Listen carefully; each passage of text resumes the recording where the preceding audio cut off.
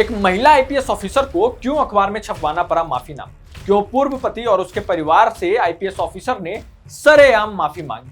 IPS ने ऐसा क्या किया कि माफी मांगने पर उसे मजबूर होना पड़ा? इन सभी सवालों का जवाब यदि एक वाक्य में दिया जाए तो वो वाक्य होगा, महिला आईपीएस अफसर ने झूठ बोला।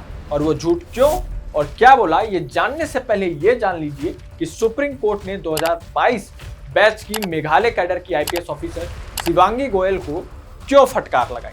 दरअसल आईपीएस ऑफिसर शिवांगी गोयल को सुप्रीम कोर्ट ने उनके पूर्व पति और उनके परिवार से माफी मांगने के आदेश दिए थे। सुप्रीम कोर्ट ने साफ शब्दों में कहा था कि यह माफीनामा अंग्रेजी और हिंदी अखबारों के राष्ट्रीय संस्करण में छपना चाहिए। इसके अलावा माफीनामे को सार्वजनिक करने के आदेश भी सुप्रीम कोर्ट ने दे दिए। 2022 में जब शिवांगी गोयल ने यूपीएससी की परीक्षा में 177वीं रैंक हासिल की तो खूब हल्ला हंगामा न हुआ और महिला जिसे उसके पति और उसके परिवार ने प्रताड़ित किया वो आईपीएस क्रैक कर ली, इस तरह का माहौल बनाया गया। लेकिन फिर बाद में क्या हुआ वो आप जरूर सुनिएगा और जानने की कोशिश कीजिएगा और समझिएगा। उनके कामयाबी की नई इबारत लिखी ऐसा लोग कह रहे थे, लेकिन कुछ सालों में ही ये फेक बबल फट गया। शिवांगी गोयल का झूठ कैसे बेनकाब हुआ वो समझ लीजिए आप। दरअसल शिवांगी गोयल ने अपने पूर्व पति और उनके परिवार पर झूठे आरोप लगाए। हापुड़ के पिलखुआ की रहने वाली शिवांगी गोयल की शादी हुई थी दिल्ली के बिजनेसमैन से। दोनों की एक बेटी भी हुई, लेकिन शिवांगी की उस परिवार से ज्यादा जमीन नहीं, इसलिए वो वापस पिलखुआ अपने पिता के घर लौट आई। पति के परिवार पर दहेज प्रताड़ना का आरोप लगाए। पति और उनके परिवार पर आईपीसी की धारा 307 यानी अटेम्प्ट टू मर्डर, धारा 498A यानी घरेलू हिंसा, धारा 376 यानी यौन उत्पीड़न और 406 यानी विश्वासघात की धाराओं में केस दर्ज कराया था। इन आरोपों के चलते शिवांगी के पति को 109 दिन जेल भी रहना पड़ा। उनके पूर्व ससुर को भी 103 दिन जेल में बिताने पड़े। कारोबार चौपट हो गए और यही आरोप अब सुप्रीम कोर्ट ने गलत ठहराए। परिवार को शर्मिंदा और जिल्लत उठानी पड़ी। उसी के एवज में सुप्रीम कोर्ट ने चीफ जस्टिस BR गवई और चीफ जस्टिस ऑगस्टिन जॉर्ज मसी की बेंच ने आईपीएस अफसर से माफीनामा लिखवाया है। सुप्रीम कोर्ट ने दोनों का तलाक मंजूर किया और इस केस में एक ऐसा फैसला सुनाया जो अब नजीर बनेगा। फैसले में सुप्रीम कोर्ट ने कहा कि यदि कोई महिला अपने पति और ससुराल वालों पर दहेज प्रताड़ना का केस दर्ज कराए तो 2 महीने तक महिला के पति या उसके परिवार वालों को अरेस्ट न किया जाए। इस फैसले के बाद अब देश में दहेज प्रताड़ना के केस में जेलों में बंद लोगों को बहुत राहत मिलेगी। भारत में धारा 498A यानी दहेज उत्पीड़न के 92.3% केस अलग अलग अदालत में लंबित है। मई में सुप्रीम कोर्ट ने माना था इन केसों में कन्विक्शन रेट इसलिए कम है क्योंकि ज्यादातर मामलों में इस धारा का दुरुपयोग किया जाता है। हालांकि ऐसा नहीं है कि इस देश में दहेज उत्पीड़न नहीं होता है। एनसीआरबी के आंकड़ों के मुताबिक सिर्फ साल 2022 में ही 6450 महिलाओं को दहेज के लिए मार दिया गया था। फिर भी यह किसी से छुपा नहीं कि ये दहेज उत्पीड़न के मामले फर्जी भी होते हैं, जैसा शिवांगी गोयल के केस में हुआ। भारत में तलाक के मामले भी लगातार बढ़ रहे हैं। महिला मध्यस्थता आयोग और दूसरे मामलों से अलग हर साल कोर्ट में पहुंचने वाले केस भी बढ़ रहे हैं। 2022 में भारत में तलाक के 1799 केस दर्ज हुए थे।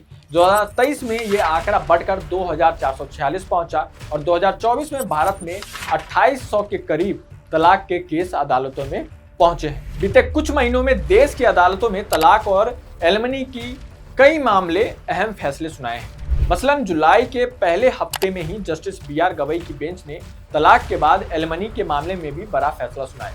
इस केस में महिला ने 18 महीने की शादी के बाद ही तलाक ले लिया था और अपने पति से एलिमनी में 12 करोड़ रुपए साथ ही BMW कार और मुंबई में फ्लैट भी मांग रही थी। सोचिए जरा कि जो मांग है वो कितनी बड़ी है और उसकी पूर्ति कैसी होगी, एक बार उस पर विचार तक नहीं किया जाता।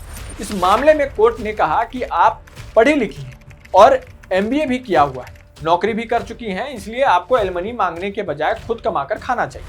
कोर्ट ने यह भी साफ किया कि एलिमनी देने का प्रावधान सिर्फ उन महिलाओं के लिए है जो पूरी तरह पति पर निर्भर है और जो तलाक के बाद अपना भरण पोषण करने में असमर्थ है।